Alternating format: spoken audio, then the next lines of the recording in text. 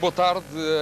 A remodelação governamental vai ser anunciada em São Bento. Sigo já ao encontro do repórter António Cancela, que está exatamente na residência oficial do Primeiro-Ministro. Da Economia. Muito boa noite, Nuno Santos. Vamos passar então a ouvir o porta-voz de São Bento, António Santos, a falar desta remodelação governamental. Gomes da Silva. Ministro da Educação, professor Dr. Marçal Grilo. Ministra da Saúde, Doutora Maria de Belém Roseira. Ministro da Solidariedade, Segurança Social e para a Qualificação e Emprego, Dr. Ferro Rodrigues. Ministra do Ambiente, Professora Doutora Elisa Ferreira. Ministro da Cultura, Professor Dr. Manuel Maria Carrilho. Ministro da Ciência e da Tecnologia, Professor Dr. Mariano Gago. Na dependência direta do Primeiro-Ministro, Ministro dos Assuntos Parlamentares, Dr. António Costa. Ministro Adjunto para a Juventude, Desporto e Toxicodependência, Engenheiro José Sócrates. Secretário de Estado da Presidência do Conselho de Ministros, Dr. Vitalino Canas. Secretário de Estado Adjunto do Primeiro-Ministro, António José Seguro.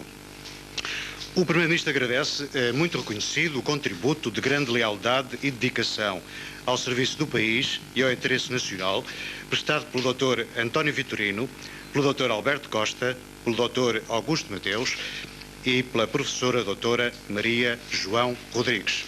É tudo. Boa noite.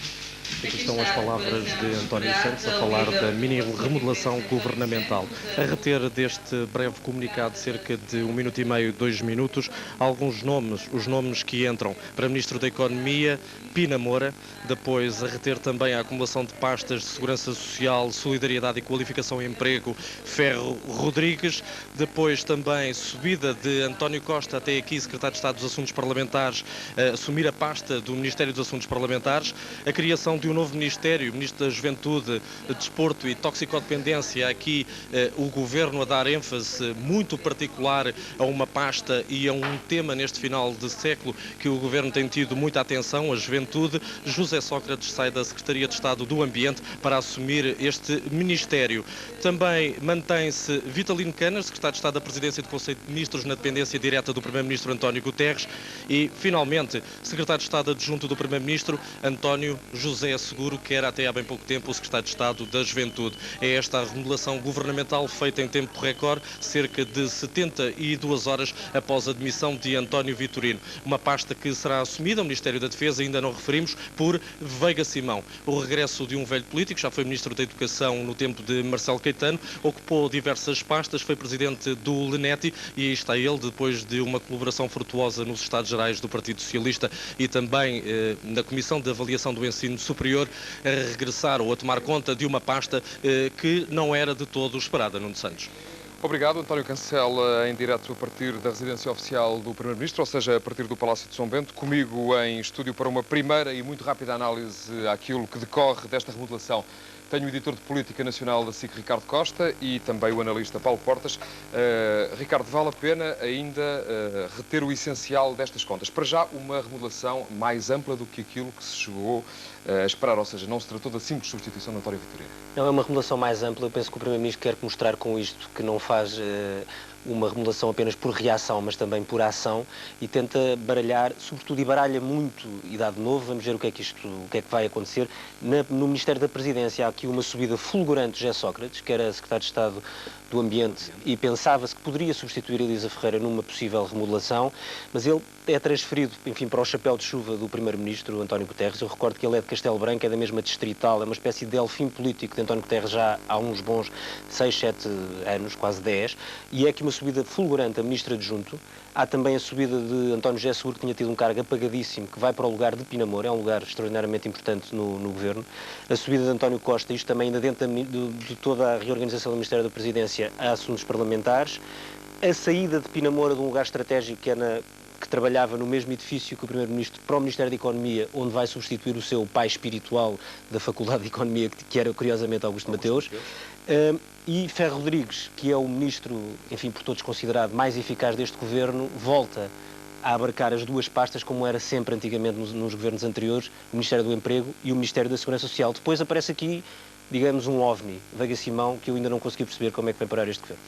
Vamos guardar o essencial da análise para as 8. De qualquer das maneiras, Paulo Portas, sem prejudicar os seus apontamentos, quais são os dados que salienta daquilo que acabamos de Salientava, boa noite, salientava em primeiro lugar que é uma remodelação tipicamente feita sob pressão. Ou seja, normalmente a meio de um mandato, um Primeiro-Ministro remodela o seu governo para dar uma nova esperança à sua maioria.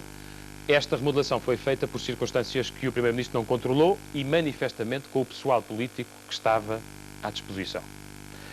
Em segundo lugar, parece-me uma vitória do PS sobre os independentes. Saem 2 independentes, Augusto Mateus e Maria João Rodrigues, independentemente dos méritos relativos de cada qual, há um triunfo ou um reforço do aparelho do Partido Socialista. Terceiro ponto, para ser breve. É uma remodelação com mais eficácia do ponto de vista do PS do que do país.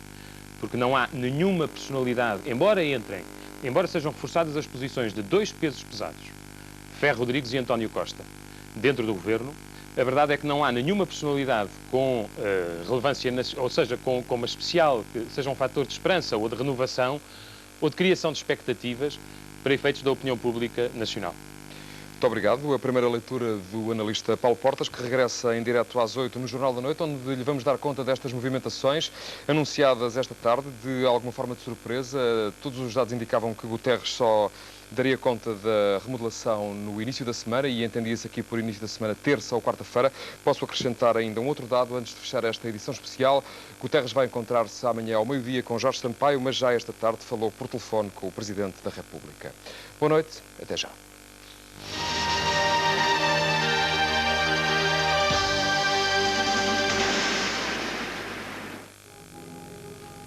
Make sure the horses are saddled. Yes, Excellency. I'll join you in a few minutes.